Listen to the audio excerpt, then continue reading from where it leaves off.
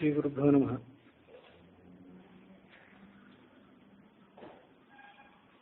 ಮನುಷ್ಯ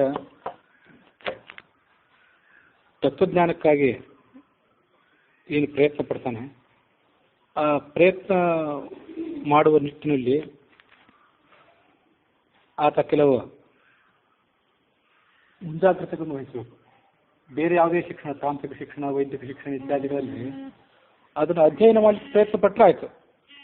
ಅಲ್ಲಿರುವಂಥ ಮಾಹಿತಿಗಳನ್ನು ತಲೆಗೆ ತುರುಕೊಂಡು ಬಿಟ್ರೆ ಆ ಶಿಕ್ಷಣ ಪೂರ್ಣ ಆದಂತೆ. ಆದರೆ ತಾತ್ವಿಕ ಶಿಕ್ಷಣ, ಧಾರ್ಮಿಕ ಶಿಕ್ಷಣ ಏನಿದೆ, ಕೇವಲ ಅಲ್ಲಿದ್ದುದನ್ನು ಓದಿ ತಲೆಯಲ್ಲಿ ಇಟ್ಕೊಂಡು ಅದನ್ನು ಬೋಧನೆ ಮಾಡಿಬಿಟ್ರೆ ಆ ಶಿಕ್ಷಣವನ್ನು, ಜ್ಞಾನವನ್ನು ನಾವು ತೆಗೆದುಕೊಂಡಂತೆ ಆಗೋದಿಲ್ಲ. ಅದಕ್ಕಾಗಿ ಮನುಷ್ಯನಿಗೆ ಕೆಲವು ಶುದ್ಧಿಗಳು ಬೇಕು. ಅರ್ಥಶುದ್ಧಿ, ನಾವು ಮಾಡುವಂಥ ಕರ್ಮ ಅನಿಂದಿತವಾಗಿರಬೇಕು. ಹಾಗಾಗಿ ಗಳಿಸುವಂಥ ಧನವೂ ಕೂಡ ಅನಿಂದಿತವಾಗಿರಬೇಕು. ಅದರ ಮೂಲಕ ನಾವು ತಿನ್ನುವಂಥ ಅನ್ನವೂ ಶುದ್ಧವಾಗಿ ಮನುಷ್ಯನಿಗೆ ಶುದ್ಧವಾದಂಥ ತತ್ವಜ್ಞಾನವನ್ನು ಪಡ್ಕೊಳ್ಳುವಂಥ ಅರ್ಹತೆ ಬರ್ತದೆ. ಅದರಂತೆ ಇರಬೇಕಾದಂಥ ಮತ್ತೊಂದು ಶುದ್ಧಿ ಅಂದರೆ ಆಚಾರ ವಿಚಾರಗಳ ಶುದ್ಧಿ, ಮನುಷ್ಯನ ಚಾರಿತ್ರ್ಯ ಶುದ್ಧಿ. ಚಾರಿತ್ರ್ಯಶೀಲತೆಯಿಂದಾಗಿ ದುರ್ಯೋಧನ ಮೊದಲಾದವರು, ನರಕಾಸುರ ಮೊದಲಾದವರು, ರಾವಣ ಇತ್ಯಾದಿಗಳೆಲ್ಲರೂ ಕೂಡ ವಿನಾಶವನ್ನು ಕಂಡರು. ಅವರಲ್ಲಿ ಮುಖ್ಯನಾದವನು ರಾವಣ. ದುರ್ಯೋಧನ ಸ್ವಯಂ ಕಲಿರೂಪನಾಗಿದ್ದರೂ ಕೂಡ ರಾವಣನಷ್ಟು ಅನ್ಯಾಯ ಅತ್ಯಾಚಾರಗಳನ್ನು, ಸ್ತ್ರೀ ಹರಣ ಇತ್ಯಾದಿಗಳನ್ನು ಮಾಡಿರಲಿಲ್ಲ.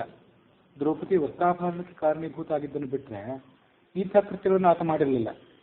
ನರಕಾಸುರನಿಗಿಂತಲೂ ಒಂದು ಕೈ ಮಿಗಿಲಾಗಿ ರಾವಣ ಪರಸ್ತ್ರೀ ಅಪಹರಣ ಇತ್ಯಾದಿ ಕೃತ್ಯಗಳಲ್ಲಿ ತೊಡಗಿದ್ದರಿಂದ ಸಾಮೂಹಿಕವಾಗಿ ಎಲ್ಲ ಸ್ತ್ರೀಯರು ಕೂಡ ಆತನಿಗೆ ಶಾಪ ಕೊಟ್ಟಂಥ ಘಟನೆಯನ್ನು ಹಿಂದಿನ ದಿವಸ ನೋಡಿದ್ವಿ.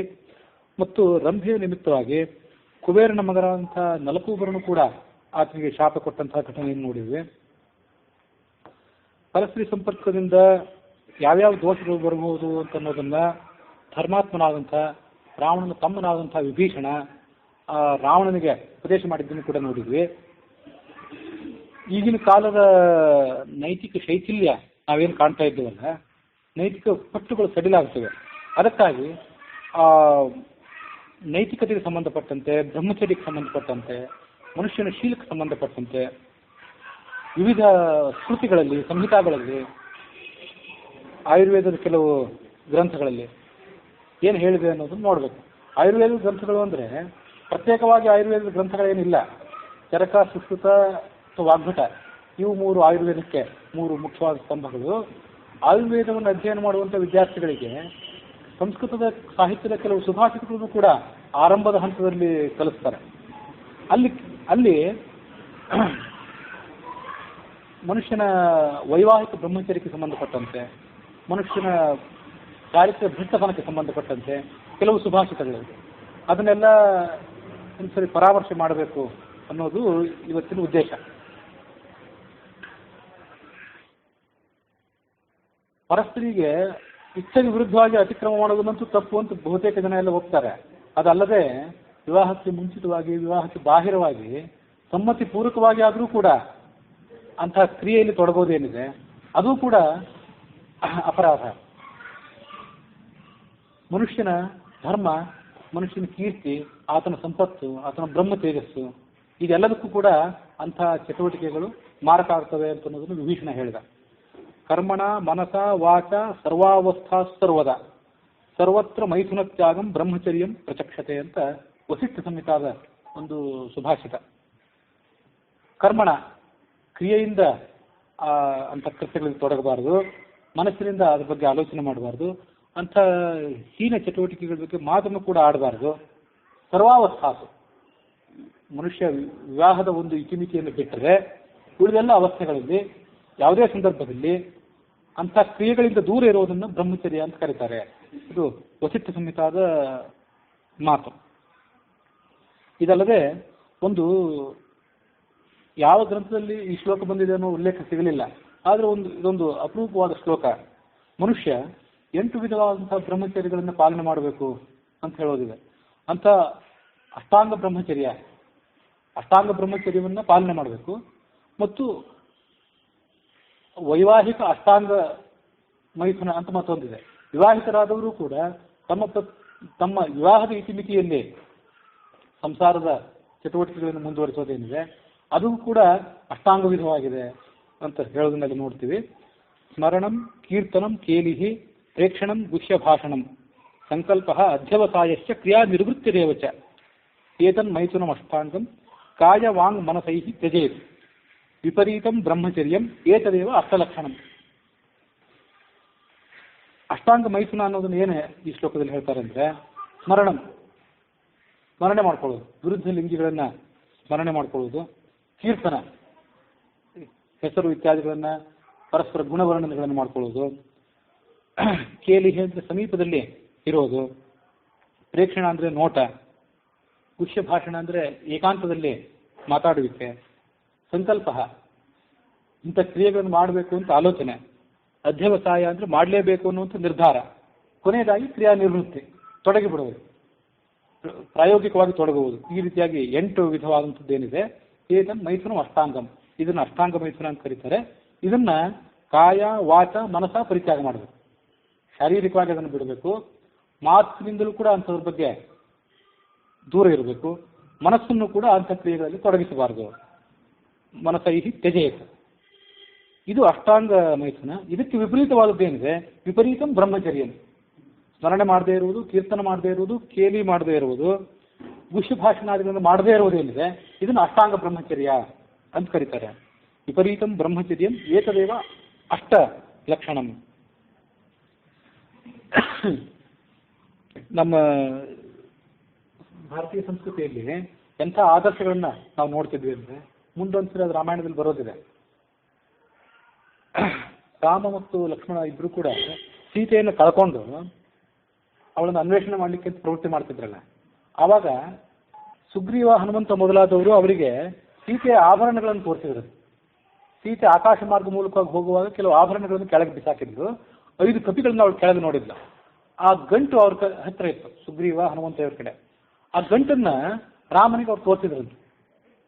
ಆತ ರಾಮ ಮೊದಲು ಅದನ್ನು ಲಕ್ಷ್ಮಣನಿಗೆ ತೋರಿಸಿದ, ಇವು ಸೀತೆ ಆಭರಣಗಳು ಹೌದೋ ಅಲ್ಲೋ ನೋಡು ಅಂತ. ನಾಹಂ ಜಾನಾಮಿ ಕೇಯೂರೇ ನಾಹಂ ಜಾನಾಮಿ ಕುಂಡಲೆ ನೂಪುರೇತು ಅಭಿಜಾನಾಮಿ ನಿತ್ಯಂ ಪಾದಾಭಿವಂದನಾಥ್ ಅಂತ ಅನ್ನೋದು ರಾಮಾಯಣದ ಬಹಳ ಅದ್ಭುತವಾದ ಶ್ಲೋಕ.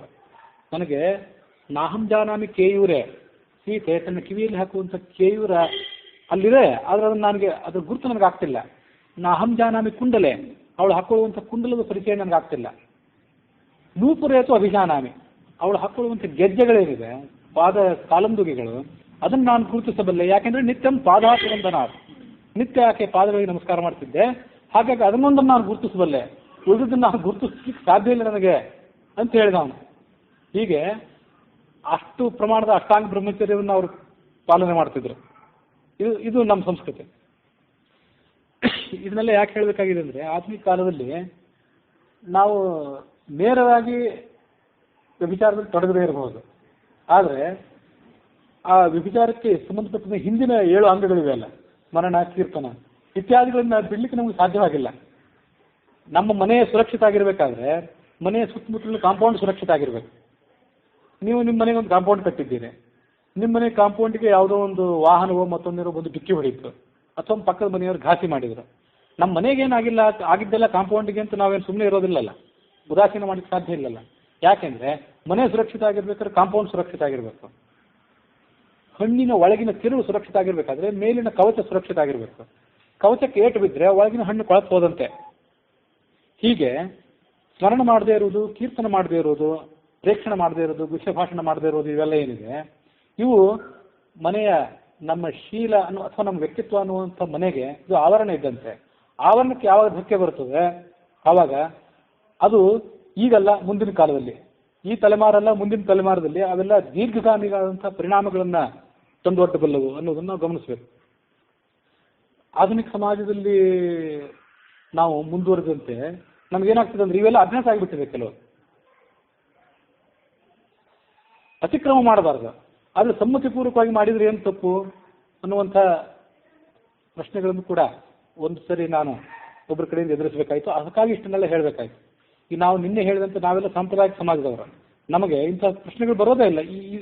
ಇದನ್ನು ಪಾಲನೆ ಮಾಡಬೇಕು ಅಂತ ಅನ್ನೋದು ನಮಗೆ ಸ್ವಯಂ ಸಿದ್ಧ ಇದೆ. ಇದ್ರ ಬಗ್ಗೆ ಚರ್ಚೆ ಮಾಡಬೇಕಾದ ವಿಷಯ ಅಲ್ಲ ಇದು. ಆದರೆ ಇದರ ಧ್ವನಿಮುದ್ರಣವನ್ನು ಬೇರೆಯವರು ಆಕಸ್ಮಿಕವಾಗಿ ಬೇರೆಯವರು ಕೂಡ ಕೇಳುವಂಥ ಒಂದು ಅವಕಾಶ ಇರೋದ್ರಿಂದ ಎಲ್ಲರಿಗೂ ಉಪಯೋಗ ಆಗಲಿ ಅನ್ನುವಂಥ ದೃಷ್ಟಿಯಿಂದ ಅದನ್ನು ಹೇಳಿದೆ.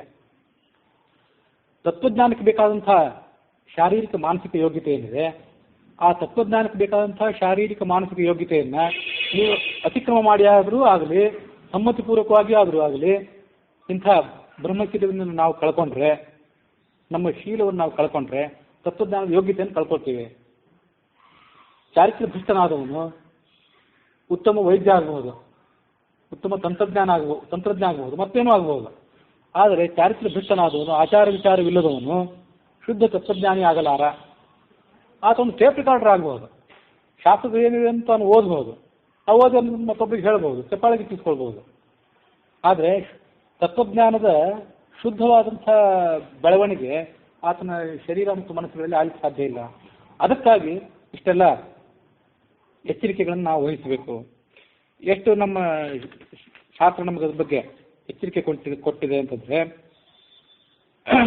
ವಿಶ್ವಾಮಿತ್ರ ಪರಾಶರ ಪ್ರಭೃತಯ ವಾತಾಂಬು ಪರ್ಣಾಶನಾ ತೇಪಿ ಸ್ತ್ರೀಮುಖ ಪಂಕಜಂ ಸುಲಲಿತಂ ಜಾತ್ವೈವ ದೃಷ್ಟ್ವೈವ ಮೋಹಂ ಗತಾಃ ಶಾಲ್ಯನ್ನಂ ಸುಘೃತಂ ಪಯೋದಧಿಯುತಂ ಭುಂಜಂತಿ ಯೇ ಮಾನವಾಃ ತೇಷಾಂ ಇಂದ್ರಿಯ ನಿಗ್ರಹೋ ಯದಿ ಭವೇತ್ ವಿಂಧ್ಯಸ್ಪ್ಲವೇತ್ ಸಾಗರೆ. ವಿಶ್ವಾಮಿತ್ರ, ಪರಾಶರ ಮೊದಲಾದಂಥ ದೊಡ್ಡ ದೊಡ್ಡ ಋಷಿಗಳು ಅವರೆಲ್ಲ ಏನು ತಿಂತಿದ್ರು ದಿವಸ ಅಂದರೆ ವಾತ, ಅಂಬು, ಪರ್ಣ. ನಿತ್ಯ ಕುಡಿತಿದ್ದು ಗಾಳಿಯನ್ನು, ಅಂಬು ಅಂದರೆ ನೀರು, ಒಣ ಎಲೆಗಳನ್ನು, ಒಣಗಿದ ಹಣ್ಣುಗಳನ್ನು ತಿಂತಿದ್ರು. ಅದು ಯಾವಾಗೋ 1000 ವರ್ಷಕ್ಕೊಮ್ಮೆ, 2000 ವರ್ಷಕ್ಕೊಮ್ಮೆ. ಹೀಗೆ ಅವರ ಶರೀರದಲ್ಲಿ ದುಷ್ಟ ಕಾಮನೆಗಳನ್ನು ಪ್ರಚೋದಿಸಲಿಕ್ಕೆ ಬೇಕಾದಂಥ ಆಹಾರವೇ ಅವ್ರಿಗೆ ಇರ್ತಿರ್ಲಿಲ್ಲ. ಆದರೆ ಕೆಲವೊಂದು ಸೂಕ್ಷ್ಮವಂತ ಸಂದರ್ಭದಲ್ಲಿ ಅವರು ಮೋಹವನ್ನು ಹೊಂದಿದ್ರು ಅಂತ ಹೇಳ್ತೀವಿ. ಅವರು ವಾಸ್ತವಿಕವಾಗಿ ಮೋಹ ಹೊಂದಿದ್ರು ಅಥವಾ ಅವ್ರ ಮೋಹ ಹೊಂದಿದ್ದ ಜಗತ್ತಿಗೆ ಕಲ್ಯಾಣ ಆಯಿತು, ಅದು ವಿಚಾರ ಬೇರೆ. ವಿಶ್ವಾಮಿತ್ರ ಪರಶುರಾದಿಗಳು ಆ ಹಂತವನ್ನು ದಾಟಿ ಅವರು ವಿಶ್ವಾಮಿತ್ರ ಅಂತೂ ಆ ಎಲ್ಲ ಹಂತಗಳನ್ನು ದಾಟಿ ಬ್ರಹ್ಮರ್ಷಿ ಆದ. ಪರಾಶರರು ಮೋಹ ಹೊಂದಿದ್ರು ಕೂಡ ಮೋಹ ಹೊಂದಿದ್ದಲ್ಲ, ಅವರು ಸತ್ಯವತಿಯನ್ನು ಮದುವೆ ಆಗಿತ್ತು. ಅದನ್ನೆಲ್ಲ ಇನ್ನೊಂದ್ಸರಿ ಮಹಾಭಾರತದಲ್ಲಿ ವಿಸ್ತಾರವಾಗಿ ಹೇಳ್ತೀನಿ, ಹರಿವಂಶದಲ್ಲಿ ಹೇಳಿದ್ದೆ ಅಂತ ನೆನಪು. ಸತ್ಯವತಿಯನ್ನು ಕೇವಲ ಕಾಮಿಸಲಿಲ್ಲ, ಅವರು ಮದುವೆ ಆಗಿದ್ರು, ಮದುವೆಯಾಗೇ ವೇದವ್ಯಾಸರನ್ನು ಹುಟ್ಟಿಸಿದ್ರು. ಹೀಗೆ ಅವ್ರಿಗೆ ಮೋಹ ಬಂದರೂ ಕೂಡ ಜಗತ್ತಿಗೆ ಅದರಿಂದ ಕಲ್ಯಾಣ ಆಯಿತು. ನಮಗೆ ಮೋಹ ಬಂದರೆ ನಾವು ಜಾರಿಗೆ ನಮಗೇನು ಕಲ್ಯಾಣ ಆಗೋದಿಲ್ಲ ಜಗತ್ತಿಗೆ. ಇದು ಅಂತ ದೊಡ್ಡ ದೊಡ್ಡ ಋಷಿಗಳ ಕಥೆ ಆಯಿತು. ನಮ್ಮ ಪರಿಸ್ಥಿತಿ ಹೇಗಿದೆ ಅಂದರೆ, ಶಾಲ್ಯನ್ನಂ ಒಳ್ಳೆ ಅನ್ನ ತಿಂತೀವಿ, ಶಾಲಿ ಅನ್ನ ಅಂತ ಹೇಳ್ತೀವಿ, ಸೋನಾ ಮಸೂರಿ ಅನ್ನ ತಿನ್ನುವಂಥವ್ರು ನಾವು.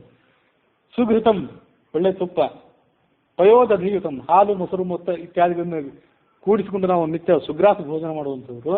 ನಮಗೊಂದು ವೇಳೆ ಇಂದ್ರಿಯ ನಿಗ್ರಹ ಆಗೋದಾದರೆ ವಿಂಧ್ಯ ಪರ್ವತ ಸಮುದ್ರದಲ್ಲಿ ತೇಲಬಹುದು ಅಂತ ಕವಿ ಆ ಶ್ಲೋಕ ಎಲ್ಲಿ ಅಂತ ಗೊತ್ತಿಲ್ಲ, ಅದನ್ನು ಹಾಸ್ಯವಾಗಿ ಆ ಥರ ವರ್ಣನೆ ಮಾಡಿದ್ದಿದೆ. ಹೀಗೆ ಆ ಇಂದ್ರಿಯ ನಿಗ್ರಹ ಮಹತ್ವವನ್ನು ಹೇಳ್ತಾರೆ. ಆಯು ತೇಜ ಬಲಂ ವೀರ್ಯಂ ಪ್ರಜ್ಞಾ ಶ್ರೀಶ್ಚ ಮಹಾಯಶಃ ಪುಣ್ಯಂ ಚ ಮತ್ಪ್ರಿಯತ್ವಂ ಚ ಪ್ರಾಪ್ಯತೆ ಬ್ರಹ್ಮಚರ್ಯಯ. ಅದು ಭಗವಂತನೇ ಹೇಳಿದಂಥ ಒಂದು ಮಾತು ಯಾವುದೊಂದು ಸ್ಮೃತಿಯಲ್ಲಿ. ಬ್ರಹ್ಮಚರ್ಯದಿಂದ ಮನುಷ್ಯ ಏನೇನನ್ನು ಗಳಿಸ್ಬೋದು ಅಂದರೆ, ಆಯುಸ್ಸನ್ನು ಗಳಿಸ್ಬೋದು, ತೇಜಸ್ಸನ್ನು ಆತ ಪಡ್ಕೊಳ್ಬಹುದು, ಬಲಂ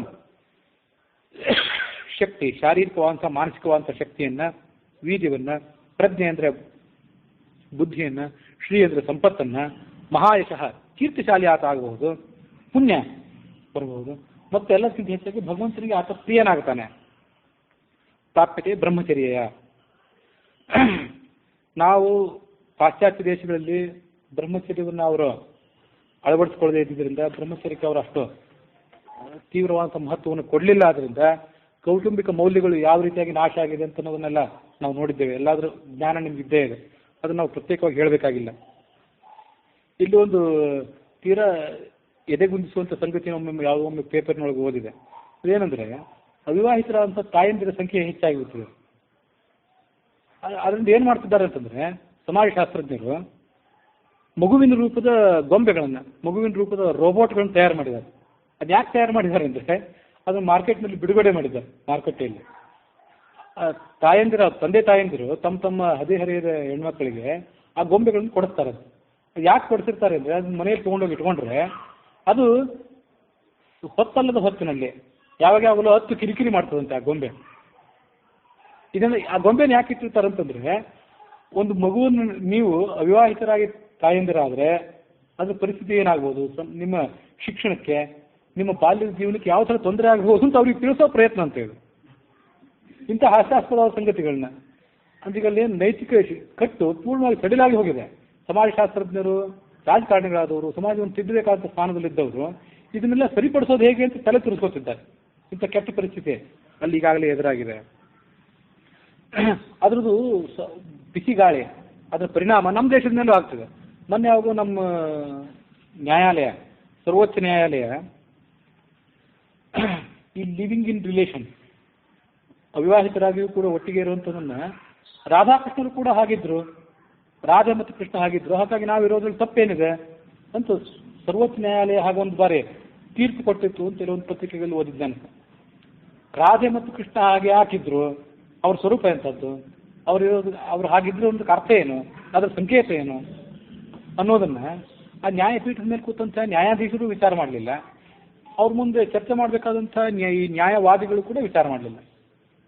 ನ್ಯಾಯವಾದಿಗಳಲ್ಲ, ನ್ಯಾಯ ಕಲ್ಪಿದ ವ್ಯಾಧಿಗಳು ಇವರೆಲ್ಲ.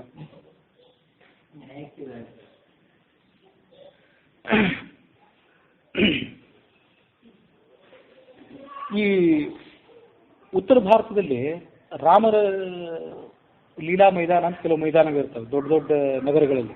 ರಾಮನ 10 ತಲೆಗಳುಳ್ಳಂಥ ಒಂದು ಪ್ರತಿಕೃತಿಯನ್ನು ಮಾಡಿ ಪ್ರತಿ ವರ್ಷ ಅದನ್ನು ಸುಡ್ತಿರ್ತಾರೆ. ಅದು ಯಾತಕ್ಕೆ ಸುಡ್ತಾರೆ ಅಂತಂದ್ರೆ ನಮ್ಮಲ್ಲಿರುವಂಥ ದುಷ್ಟ ಕಾಮನೆಗಳ ಸಂಕೇತ ಅದು. ಈ ಹೋಲಿ ದಹನ ಮಾಡ್ತೀವಲ್ಲ, ಹೋಲಿ ದಹನ ಮಾಡೋದಕ್ಕೂ ಕೂಡ ಅದೇ ಅರ್ಥ. ಮನುಷ್ಯ ತನ್ನಲ್ಲಿರುವಂಥ ಕಾಮವನ್ನು ಭಗವಂತನ ಸನ್ನಿಧಾನದ ಸುಟ್ಟು ಹಾಕಿ ತಾನು ಪರಿಶುದ್ಧನಾಗಬೇಕು ಅನ್ನೋದು ಸಂಕೇತ. ದಕ್ಷಿಣ ಭಾರತದಲ್ಲಿ 10 ತಲೆಗಳುಳ್ಳಂಥ ರಾವಣನ ದೊಡ್ಡ ಪ್ರತಿಕೃತಿಯನ್ನು ಮಾಡಿ ಅದನ್ನು ಸುಟ್ಟು ಹಾಕುವುದು ಇಂಥದ್ದೆಲ್ಲ ಆಚರಣೆ ನಮಗೆ ಇಲ್ಲಿ ಕಂಡು ಬಂದಿಲ್ಲ.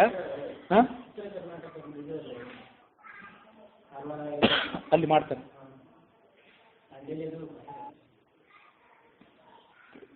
ಅಂತೂ ಇಲ್ಲೂ ಕೆಲವು ಕಡೆ ಇದ್ದಿರ್ಬೋದು. ಉತ್ತರ ಭಾರತದಲ್ಲಿ ಮುಖ್ಯವಾಗಿ ಅದನ್ನು ನೋಡ್ತೀವಿ. ಇಂಥ ಚಟುವಟಿಕೆಗಳ ಅರ್ಥ ಏನು ಅಂದರೆ ಆ ರಾವಣನ ನೆಪದಲ್ಲಿ ನಮ್ಮಲ್ಲಿರುವಂಥ ದುಷ್ಟ ಕಾಮನೆಗಳೆಲ್ಲವನ್ನು ಸುಟ್ಟು ಹಾಕಿ ನಮ್ಮ ಮನಸ್ಸನ್ನು ನಾವು ಶುದ್ಧಪಡಿಸ್ಕೊಳ್ಬೇಕು. ಬೇಕಾದ ಕಥೆಗಳು ನಾವು ನೋಡ್ತೇವೆ. ಏಕಾಕ್ಷ ಪಿಂಗಲಿ ಅಂತ ಕುಬೇರನ ಕಥೆಯನ್ನೇ ನೋಡಿದ್ವಿ. ಕುಬೇರ ಯಾವುದೇ ದುಷ್ಟ ಉದ್ದೇಶವಿಲ್ಲದೆ ಪಾರ್ವತಿ ಕಡೆಗೆ ಕಣ್ಣು ಹಾಕಿದ. ಅದರಿಂದ ಆತನ ಕಣ್ಣೇ ಸುಟ್ಟು ಹೋಯಿತು ಒಂದು. ಮತ್ತೊಂದು ಬಲಗಣ್ಣು ಬೂದಿ ಬಣ್ಣದ್ದಾಗಿಬಿಡ್ತು. ಅಲ್ಲಿಗೇನು ಕಣ್ಣೇ ಕಾಣಿಸುವಂತೆ ಆಯಿತು ಅಂತ ಅವನ ಕಥೆ ನೋಡಿದ್ವಿ. ಲಕ್ಷ್ಮಣನ ಕಥೆ ನೋಡಿದ್ವಿ. ಇದೆಲ್ಲ ಕಥೆ ನೋಡಿದ್ವಿ. ಅದೇನಾಗ್ತದೆ ಆಧುನಿಕ ಕಾಲದಲ್ಲಿ ಈ ನಮ್ಮ ಜಾಹೀರಾತುಗಳು, ಅಂತರ್ಜಾಲಗಳು, ಮುದ್ರಣ ಮಾಧ್ಯಮ, ವಿದ್ಯುನ್ಮಾನ ಮಾಧ್ಯಮ ಎಲ್ಲದರಲ್ಲೂ ಕೂಡ ವ್ಯಭಿಚಾರದೇ ವಿಜೃಂಭಣೆ. ಜಾಹೀರಾತುಗಳಲ್ಲಿ ಇಂಥ ಒಂದು ಉತ್ಪನ್ನವನ್ನು ನೀವು ಉಪಯೋಗ ಮಾಡಿದರೆ ಏನಾಗ್ಬೋದು, ನಿಮ್ಮ ಆರೋಗ್ಯಕ್ಕೋ ನಿಮ್ಮ ಮನಸ್ಸಿಗೋ ಒಳ್ಳೇದಾಗ್ತದೆ ಅಂತ ಹೇಳೋದನ್ನು ಬಿಟ್ಟು ನೀವು ವ್ಯಭಿಚಾರ ಮಾಡಲಿಕ್ಕೆ ಅನುಕೂಲ ಆಗ್ತದೆ ಅಂತ ಆ ಉತ್ಪನ್ನಗಳನ್ನು ಪ್ರತಿಯೊಂದು ತೋರಿಸ್ತಾರೆ. ಅದು ನಮಗೇನಾಗಿದೆ ಎಲ್ಲ ಅಭ್ಯಾಸ ಆಗಿ ಹೋಗಿದೆ. ಅಂಥ ಚಟುವಟಿಕೆಗಳು, ಅಂಥ ಜಾಹೀರಾತುಗಳು ನೋಡೋದು ನಮಗೆ ಅಭ್ಯಾಸ ಆಗಿ ಹೋಗಿದೆ. ಅದಕ್ಕೆ ಅಂಥ ಅಭ್ಯಾಸಗಳಿಂದ ನಾವು ದೂರ ಇರಬೇಕು, ನಮ್ಮ ಮುಂದಿನ ಪೀಳಿಗೆಯನ್ನು ದೂರ ಇರಬೇಕು.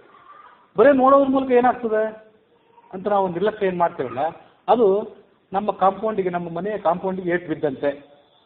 ಅದನ್ನು ಸಮಾಜದಲ್ಲಿ ಎಲ್ಲ ಜನರು ಕೂಡ, ತಂದೆ ತಾಯಿಗಳಾದವರು, ಮುಖ್ಯವಾಗಿ ತಾಯಂದಿರಾದವರು, ಚಿಕ್ಕ ವಯಸ್ಸಿನ ಮಕ್ಕಳು, ಹದಿಹರೆಯದ ಮಕ್ಕಳೇನಿದ್ದಾರೆ ಅವರನ್ನು ನಿಯಂತ್ರಿಸಕ್ಕೆ ಪ್ರಯತ್ನ ಪಡಬೇಕು. ಈಗಾಗಲೇ ಅದು ನಿಯಂತ್ರಣಕ್ಕೆ ಸಿಗಲಾರದಷ್ಟು ದೂರ ಹೋಗಿಬಿಟ್ಟಿದೆ. ಎಷ್ಟು ಸಂಕಟ ಆಯ್ತು ಅಂತಂದರೆ ಪ್ರತಿಭಾ ಪ್ರದರ್ಶನ ಹೆಸರದಲ್ಲಿ ವ್ಯಭಿಚಾರ, ಸಂಗೀತ ಪ್ರತಿಭೆಯನ್ನು ಅನ್ವೇಷಣೆ ಮಾಡೋದು, ನೃತ್ಯ ಪ್ರತಿಭೆಯನ್ನು ಅನ್ವೇಷಣೆ ಮಾಡೋದು, ಎಲ್ಲ ಪ್ರತಿಭೆ ಹೆಸರಲ್ಲಿ ಅನ್ವೇಷಣೆ, ಎಲ್ಲ ಈ ಪ್ರದರ್ಶನ ಹೆಸರುಗಳು ಕೂಡ ನಡೆಯುವಂಥದ್ದೆಲ್ಲ ಶುದ್ಧವಾದಂಥ ವ್ಯಭಿಚಾರವೇ. ಅದು ನೇರವಾಗಿ ವ್ಯಭಿಚಾರ ಅಲ್ಲದೆ ಇರಬಹುದು. ಬ್ರಹ್ಮಚರ್ಯಕ್ಕೆ ಸಂಬಂಧಪಟ್ಟಂಥ ಅಂಗಗಳೇನಿವೆ ಆ ಅಂಗಗಳ ಮೇಲೆ ಅದೊಂದು ಹಂತವಾಗಿ ಅದೊಂದು ಧಕ್ಕೆ, ಅದನ್ನು ನಾವು ಗಮನಿಸಬೇಕು. ಅಲ್ಲಿರುವಂಥ ನ್ಯಾಯಾಧೀಶರು, ಕುಳಿತಂಥ ಅವರ ವೇಷ, ಇದೆಲ್ಲ ನಾವು ಚಿಕ್ಕ ವಯಸ್ಸಿನ ಮಕ್ಕಳ ಮೇಲೆ, ಹದಿಹರೆಯದ ವಯಸ್ಸಿನ ಮಕ್ಕಳ ಮೇಲೆ ಏನು ಪರಿಣಾಮ ಆಗ್ಬೋದು ಅನ್ನೋದನ್ನು ಗಮನಿಸಬೇಕು.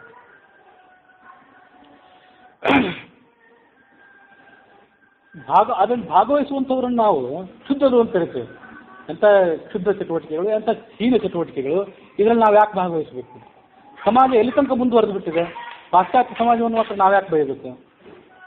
ಪತ್ರಿಕೆಗಳಲ್ಲಿ ನಾನು ಓದಿದ್ದಾನೆ, ತಾಯಂದಿರು ತಮ್ಮ ಹದಿಹರೆಯದ ಹೆಣ್ಮಕ್ಳನ್ನ ಕರ್ಕೊಂಡು ಅಂಥ ಪ್ರತಿಭಾ ಪ್ರದರ್ಶನದ ಕಾರ್ಯಕ್ರಮಕ್ಕೆ ತಾವಾಗೇ ಹೋಗ್ತಾರೆ, ಅವರನ್ನ ಆ ಕಾರ್ಯಕ್ರಮಕ್ಕೆ ಉತ್ತೇಜಿಸ್ತಾರೆ ಅಂತ ಓದಿದ್ದು ನೆನಪು ನನಗೆ. ಹಿಂದೊಂದು ಕಾಲದಲ್ಲಿ, ಈ ಒಂದು 50-60 ವರ್ಷದಿಂದ ಹಾಲಿವುಡ್ನಲ್ಲಿ ಅಮೆರಿಕಾದಲ್ಲಿ ಹಾಲಿವುಡ್ನಲ್ಲಿ ಲಾಸ್ ಏಂಜಲ್ಸ್ನಲ್ಲಿ ಹಾಲಿವುಡ್ ನಟ ನಟಿಯರಿಗೆ ಯಾರು ಬಾಡಿಗೆ ಮನೆ ಕೊಡ್ತಿರ್ಲಿಲ್ಲಂತೆ. ಅಮೆರಿಕದ ಮನಸ್ಥಿತಿ ಆಗಿತ್ತು ಈಗೊಂದು 50-60 ವರ್ಷದಿಂದ. ಯಾಕಂದ್ರೆ ಆ ಚಟುವಟಿಕೆಗಳು ಹೀನ ಚಟುವಟಿಕೆಗಳು ಅಂತ ಅವ್ರು ಭಾವಿಸಿದ್ರು. ಆದರೆ ಹಂತ ಹಂತವಾಗಿ ಅವ್ರ ಮನಸ್ಸಂತೂ ಬದಲಾವಣೆ ಆಗಿ ಹೋಗಿದೆ, ನಮ್ಮ ಮನಸ್ಸು ಬದಲಾವಣೆ ಹೊಂದುತ್ತಿದೆ. ಇದನ್ನು ನಾನು ಒತ್ತಿ ಹೇಳಬೇಕು ಅಂತ ಅಪೇಕ್ಷೆ ಪಟ್ಟಿದ್ದೇನೆ ಅಷ್ಟೇ. ಹೀಗೆಲ್ಲ ವ್ಯಭಿಚಾರದ ನಾನಾ ಮುಖಗಳು ಅಷ್ಟೇ ಇವೆಲ್ಲ. ಹೀಗೆಲ್ಲ ನಡೀತಿದ್ದಾಗ ನಾವು ಬೇರೆ ಯಾರನ್ನೂ ಯಾಕೆ ನಿಂದನೆ ಮಾಡಬೇಕು, ವೇಶ್ಯರನ್ನಷ್ಟೇ ಯಾಕೆ ನಿಂದನೆ ಮಾಡುವುದು? ಸ್ವಲ್ಪ ನಾವು ವಿಚಾರ ಮಾಡಬೇಕಿಲ್ಲ ಇದನ್ನೆಲ್ಲ. ಉತ್ತಮವಾದಂಥ ನೈತಿಕ ಮೌಲ್ಯಗಳನ್ನು ಪ್ರತಿಪಾದನೆ ಮಾಡುವಂತಹ ಚಿತ್ರಗಳನ್ನು ಈಗೊಂದು 20-30 ವರ್ಷದಿಂದ ತಯಾರು ಮಾಡ್ತಿದ್ರು. ಚಲನಚಿತ್ರ ನೋಡೋದು ತಪ್ಪೋ ಸರಿಯಾದ ವಿಷಯ ಬೇರೆ. ಅಂತೂ ಕೆಲವು ಜನ ಅವರು ಅಂಥ ಮೌಲ್ಯಗಳನ್ನು ಪ್ರತಿಪಾದನೆ ಮಾಡಲಿಕ್ಕೆ ಒಂದು ಬದ್ಧತೆಯನ್ನು ಇಟ್ಕೊಂಡಿದ್ರು. ಆಧುನಿಕ ಕಾಲದಲ್ಲಿ ಇದನ್ನ ಚಲನಚಿತ್ರಗಳನ್ನು ತಯಾರು ಮಾಡೋದಾಗಲಿ ಅಥವಾ ಜಾಹೀರಾತುಗಳನ್ನು ತಯಾರು ಮಾಡೋದಾಗಲಿ ಇವೆಲ್ಲ ಕೇವಲ ಮನೋರಂಜನೆಗೆ ಆಗಿಬಿಡ್ತದೆ, ಆರ್ಥಿಕತೆಯನ್ನು ಹೆಚ್ಚಿಸಿಕೊಳ್ಳೋದಕ್ಕಾಗಿಬಿಡ್ತದೆ. ಹಾಗಾಗಿ ಮೌಲ್ಯಗಳನ್ನು ಪ್ರತಿಪಾದನೆ ಮಾಡುವಂಥ ಕಥಾ ಸಾಹಿತ್ಯ ಅದಂಥ ಮುದ್ರಣ ಸಾಹಿತ್ಯದಲ್ಲೂ ಇಲ್ಲ, ವಿದ್ಯುನ್ಮಾನ ಮಾಧ್ಯಮದಲ್ಲೂ ಕೂಡ ಅದು ಕಂಡು ಬರ್ತಿಲ್ಲ. ಇದು ನಮ್ಮ ಪೀಳಿಗೆಯನ್ನು ಎಲ್ಲಿ ಕರ್ಕೊಂಡು ಹೋಗ್ಬೋದು, ಇದನ್ನು ಸ್ವಲ್ಪ ನಾವು ವಿಚಾರ ಮಾಡಬೇಕು. ರಾವಣನೇ ನಾವು ಯಾಕೆ ಬೈಬೇಕು? ನಾವೇ ರಾವಣರಲ್ಲ. 10 ತಲೆಗಳು ಅಂದರೆ 10 ತಲೆಗಳು 100 ತಲೆಗಳುಳ್ಳಂಥ ರಾವಣ ಅಂದರೆ ನಾವೇ ಅದು. ರಾವಣನ ತಲೆಗಳನ್ನು ಮತ್ತೆ ಮತ್ತೆ ಕತ್ತರಿಸಿದ್ರು ಕೂಡ ಅವು ಚಿಗುರ್ತಿದ್ವು ಅಂತ. ಅದಕ್ಕೆ ಸಂಕೇತ ಏನಂದರೆ ನಾವು ಏನು ಕಥೆ ಕೇಳಿದ್ರು ಕೂಡ, ಏನು ಶಾಸ್ತ್ರ ಓದಿದ್ರು ಕೂಡ ಇಂಥ ಹೀನ ಚಟುವಟಿಕೆಗಳಲ್ಲಿ ನಾವು ತೊಡಗಿಕೊಂಡಿದ್ರೆ, ನಮ್ಮ ಮುಂದಿನ ತಲೆಮಾರುಗಳು ತೊಡಗಿಕೊಳ್ಳೋದನ್ನು ನಾವು ಕ್ಷಮಿಸ್ತೀವಿ ಅಂತ ಆದರೆ ನಾವ್ಯಾಕೆ ರಾವಣರಲ್ಲ, ನಾವ್ಯಾಕೆ ಕುಂಭಕರ್ಣರಲ್ಲ, ನಮ್ಮನ್ನು ನರಕಾಸುರ ಅಂತ ಯಾಕೆ ಕರಿಬಾರ್ದು? ಸ್ವಲ್ಪ ನಾವು ವಿಚಾರ ಮಾಡಬೇಕು. ಹೀಗೆ ವಿಭೀಷಣ ರಾವಣನಿಗೆ ಉಪದೇಶ ಮಾಡಿದ್ದನ್ನು ನೆಪವಾಗಿಟ್ಕೊಂಡು ಮನುಷ್ಯ ಅತಿಕ್ರಮಣೆ ಮಾಡಲಿ ಅಥವಾ ಸಮ್ಮತಿಪೂರ್ವಕವಾಗಿ ಆದರೂ ಮಾಡಲಿ, ವ್ಯಭಿಚಾರ ಅಂತನ್ನೋದು ಯಾವತ್ತೂ ವ್ಯಭಿಚಾರವೇ. ಮನೆ ಶುದ್ಧವಾಗಿರಬೇಕಾದ್ರೆ ಆವರಣ ಸುಭದ್ರವಾಗಿರಬೇಕು, ಹಣ್ಣಿನ ಹೊರಳಗಿನ ತಿರುಳು ಸುಭದ್ರವಾಗಿರಬೇಕಾದ್ರೆ ಅದರ ಮೇಲಿನ ಕವಚ ಸುಭದ್ರವಾಗಿರಬೇಕು ಅನ್ನುವಂಥ ಉದಾಹರಣೆಗಳನ್ನ ನಾವು ಗಮನದಲ್ಲಿಟ್ಕೊಂಡು ಸಮಾಜದಲ್ಲಿ ತಂದೆ ತಾಯಿಗಳಾದವರು, ಮುಖ್ಯವಾಗಿ ತಾಯಂದಿರು, ಎಳೆ ವಯಸ್ಸಿನ ಮಕ್ಕಳನ್ನು ಮತ್ತು ಹರಿಹರ ವಯಸ್ಸಿನ ಮಕ್ಕಳನ್ನು ಕ್ಷುದ್ರವಾದಂಥ ಜಾಹೀರಾತುಗಳು, ಕ್ಷುದ್ರವಾದಂಥ ಚಲನಚಿತ್ರದ ಕಾರ್ಯಕ್ರಮಗಳು, ದೂರದರ್ಶನದ ಕಾರ್ಯಕ್ರಮಗಳು ಇದರಿಂದ ದೂರ ಇಡುವಂಥ ಪ್ರಯತ್ನ ಮಾಡಬೇಕು. ಈಗ ನಿಮ್ಮ ಕೈ ತಪ್ಪಿ ಹೋಗಿದೆ, ನೀವೇನಾದ್ರು ದೂರ ಇಡ್ಲಿಕ್ಕೆ ಹೋದರೆ ಅವ್ರ ಪಕ್ಕದ ಮನೆಗೆ ಹೋಗಿ ನೋಡ್ತಾರೆ, ಅಂಥ ಪರಿಸ್ಥಿತಿ ಬಂದಿದೆ. ಆದರೂ ಇಡದೇ ಇದ್ದರೆ ಅದು ಕೊಳಿಗಾಲ ಇಲ್ಲ. ನಾವೇನು ಮಾಡ್ತಿದ್ವಿ ಅಂದರೆ ಕ್ರಮವಾಗಿ ಮೊದಲು ನೋಡೋದು ತಪ್ಪು ಅಂತಿತ್ತು. ಇಲ್ಲ ಈ ಸರಿ ನೋಡಿದ್ರು ತೊಂದರೆ ಇಲ್ಲ, ಅದರಲ್ಲಿ ನಾವು ವಾಸ್ತವಿಕವಾಗಿ ತೊಡಗಬಾರದು ಅನ್ನೋ ಹಂತಕ್ಕೆ ಬರ್ತೇವೆ. ಒಂದೊಂದಾಗಿ ನಾವು ಚಳಿ ಬಿಡ್ತಾ ಹೋದರೆ ನಮ್ಮ ಮನೆಯ ಸುತ್ತಲೂ ಇರುವಂಥ ಆ ಆವರಣ ಎಲ್ಲ ಛಿದ್ರವಾಗಿ, ನಮ್ಮ ಮನೆಯ ಹೊರಗಿನ ಗೋಡೆ ಒಳಗಿನ ಗೋಡೆ ಇವೆಲ್ಲವೂ ಕೂಡ ನುಚ್ಚು ನೂರಾಗಿ, ನಮ್ಮ ವ್ಯಕ್ತಿತ್ವ ಛಿದ್ರ ಆಗಿ ಶುದ್ಧ ತಾತ್ವಿಕ ತತ್ವಜ್ಞಾನಕ್ಕೆ ಯೋಗ್ಯರಾಗುವಂಥ ನಮ್ಮ ಅರ್ಹತೆ ಏನಿದೆ ಅದನ್ನು ನಾವು ಕಳ್ಕೊಳ್ತೇವೆ ಅನ್ನೋದ್ರ ಮೂಲಕ ಇವತ್ತು ಆ ಬ್ರಹ್ಮಚರ್ಯದ ಬಗ್ಗೆ ಏನು ಹೇಳಿದ್ದೇನೆ ಅದನ್ನು ಇಲ್ಲಿಗೆ ಮುಕ್ತಾಯಗೊಳಿಸ್ತಿದ್ದೆ.